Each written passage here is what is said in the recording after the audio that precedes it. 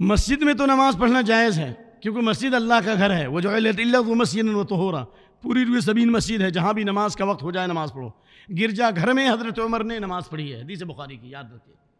لیکن بسا اوقات آپ نے گرجا گھر میں بعض جگہوں پہ نماز پڑھنے سے منع کیا، کہا اِنَّا لَا نَدْخُلُ كَنَائِسَكُم مِّنْ أَجْلِ التَّمَاثِيلِ وَالصُّوَرِ، تصویر اور اسٹیچو کی وجہ سے ہم داخل نہیں ہو رہے۔ تو جب گرجا گھر میں نماز ہو سکتی ہے تو عام مسجدوں میں کیوں نہیں ہو سکتی؟ ہاں، ان کے جو ائمہ ہیں وہ اگر شرک اور بدعات کے اندر ملوث ہیں اور نبی صلی اللہ علیہ وسلم کی شان میں گستاخی کر، یا نبی سلام علیک، اگر اس عقیدے سے کہتے ہیں کہ نبی صلی اللہ علیہ وسلم سنتے ہیں تو یقیناً شرک اکبر ہے یہ، اور شرک اکبر کا مرتکب ہمیشہ میں جہنم میں جائے گا، اس کے سارے اعمال باطل ہو جائیں گے اور اسلام سے وہ نکل جائے گا۔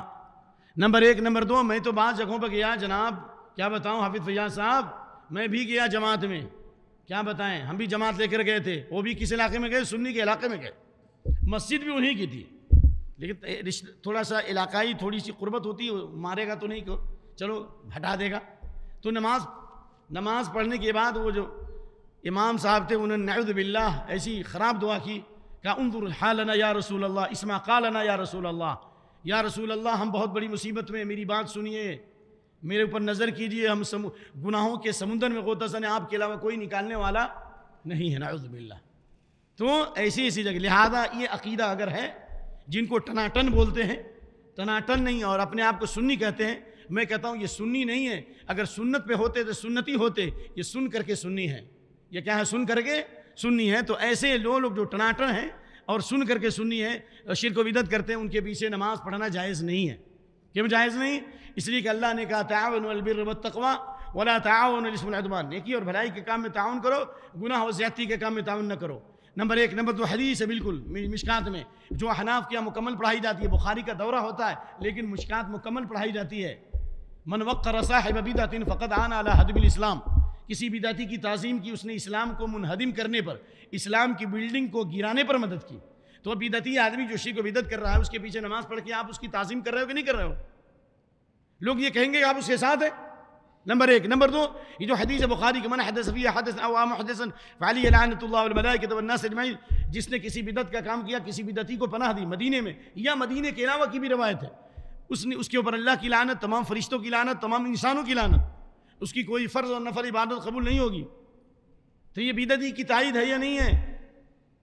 اتنی سخت وعید ہے، کس بنیاد پر پڑھیں گے؟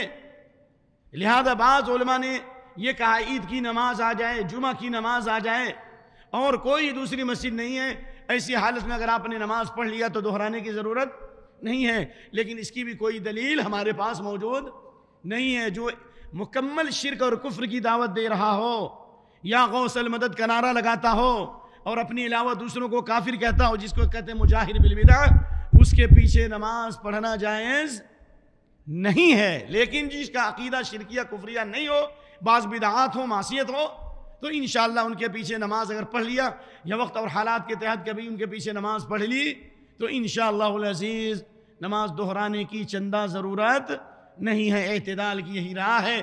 جو بعض صحابہ نے جو خوارج کے پیچھے نماز پڑھی تو وہ خوارج میں جو بھی گمراہی تھی، لیکن یا غوث المدد کا نعرہ نہیں لگاتے تھے، کھلم کھلا شرک نہیں کرتے تھے، اور اپنے علاوہ سب کو یہ نہیں کہتے کہ سب کافر ہے، ہاں یہ کہتے تھے، صحابہ کی تکفیر کرتے تھے، لیکن یہ کہتے تھے ہمارے منہج پر جو ہوگا وہ مسلمان ہے۔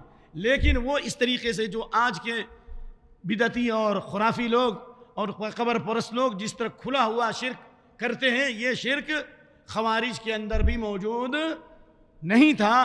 اس لیے عبداللہ بن مسعود نے یا عبداللہ بن عمر نے یا بعض صحابہ نے نماز پڑھ لی، لیکن یہ عادت بنا لینا، ایسے لوگوں کے ساتھ نماز پڑھنا جائز نہیں ہے۔ البتہ جو عامت الناس ہے، جن کو یہ سب معلوم نہیں ہے، شرک اور ان جماعت میں بھولے بھالے لوگ ہیں، ان سے تعلق رکھیے، ان کو سلام کیجئے، ان کے سلام کا جواب دیجئے، ان کو ہدیہ تحائف دیجئے، ان کو بلائیے، جو بھی ریسپیکٹ ہو کر سکتے کیجئے۔ لیکن جو شرک و بدعت کا داعی ہے، حضرت ابن حجر نے نخبۃ الفکر میں یہ نقل کیا ہے کہ کوئی بدعتی آدمی ایسی روایت پیش کرتا ہے جس سے اس کی بدعت کی تائید ہوتی ہے، تو اس کی روایت کا قبول کرنا بھی جائز نہیں ہے۔ واللہ اعلم۔